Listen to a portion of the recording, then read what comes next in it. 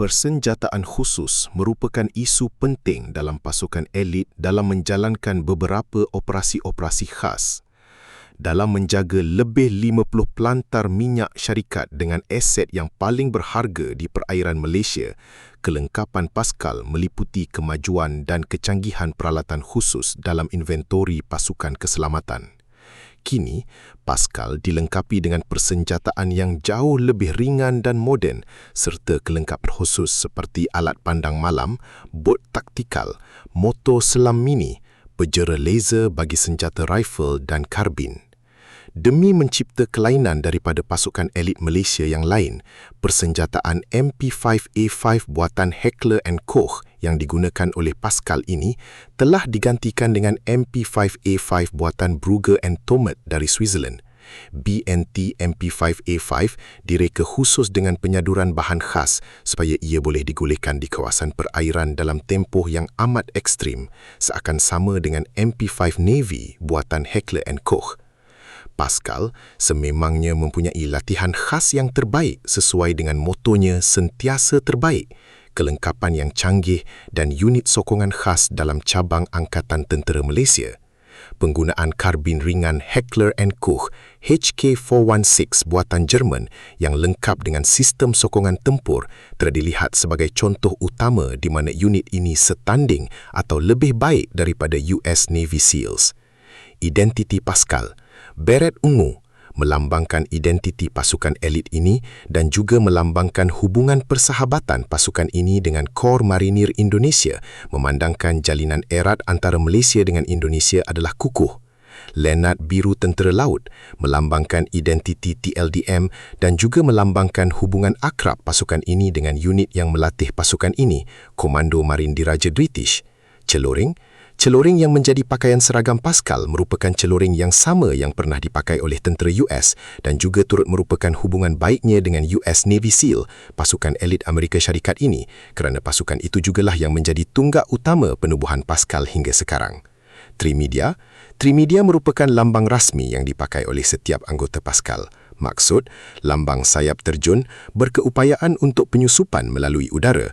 Lambang jet fin dan face mask berkemampuan untuk melakukan penyusupan melalui bawah air. Pisau komando mampu melaksanakan operasi di dalam hutan. Lambang sauh salah satu unit dalam TLDM. Operasi Pascal yang diketahui. Kepulauan Spratleys. Pascal dan grup gerak khas tentera darat dihantar bertugas menjaga pulau-pulau kecil yang berhampiran dengan perairan Malaysia, khasnya Kepulauan Spratleys.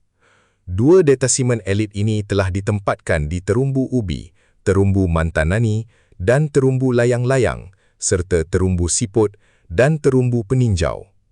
Univem 2, Angola. Pascal yang diketuai oleh Lieutenant Commander Anwar bin Alias pernah terlibat dalam misi pengaman PBB di Angola iaitu Univem 2 pada tahun 1998. Antara insiden yang melibatkan pasukan ini ialah ketika konvoi yang membawa bekalan dihantar ke kawasan bandar, unit Pascal dan tentera Namibia yang terlibat telah diserang oleh 5 orang puak pemberontak semasa dalam perjalanan. Seorang pemandu trak konvoi terkorban dan beberapa orang awam di dalam kenderaan cedera. Komander Anwar dengan beraninya berjaya menghalau pemberontak tersebut daripada merampas bekalan. Sungguh pun beliau tidak bersenjata dan ia pasti membahayakan diri beliau.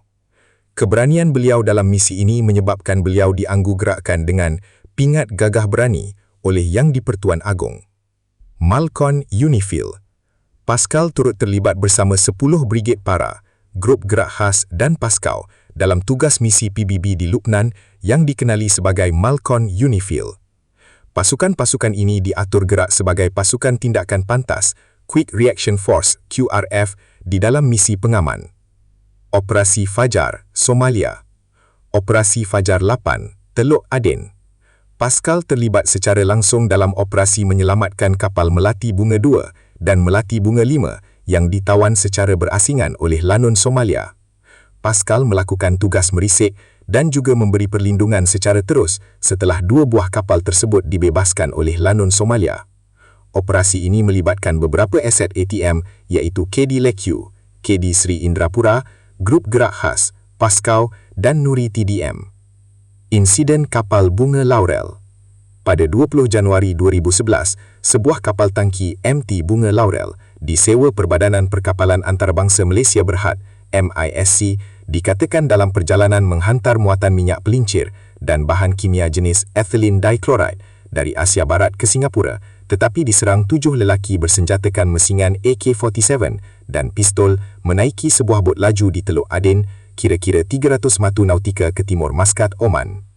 Bertindak atas panggilan kecemasan itu, pasukan khas laut TLDM diatur gerak untuk misi menyelamat menggunakan bantuan kapal auksiliari, bantuan dan tugas-tugas khas Tentera Laut Diraja Malaysia TLDM Bunga Mas 5 yang berada kira-kira 14 matu nautika dari tempat kejadian. Operasi turut mendapat bantuan tambahan dari sebuah helikopter jenis Fennec TLDM yang dilancarkan oleh kapal bantuan Bunga Mas 5 melepaskan tembakan dari udara. Kapal tangki berjaya ditawan semula kira-kira jam 1.20 pagi. Difahamkan, 3 lanon yang berada di atas kapal tangki berkenaan cedera parah dalam kejadian berbalas tembak dan diberi rawatan oleh pasukan terlibat sebelum ditahan untuk tindakan lanjut.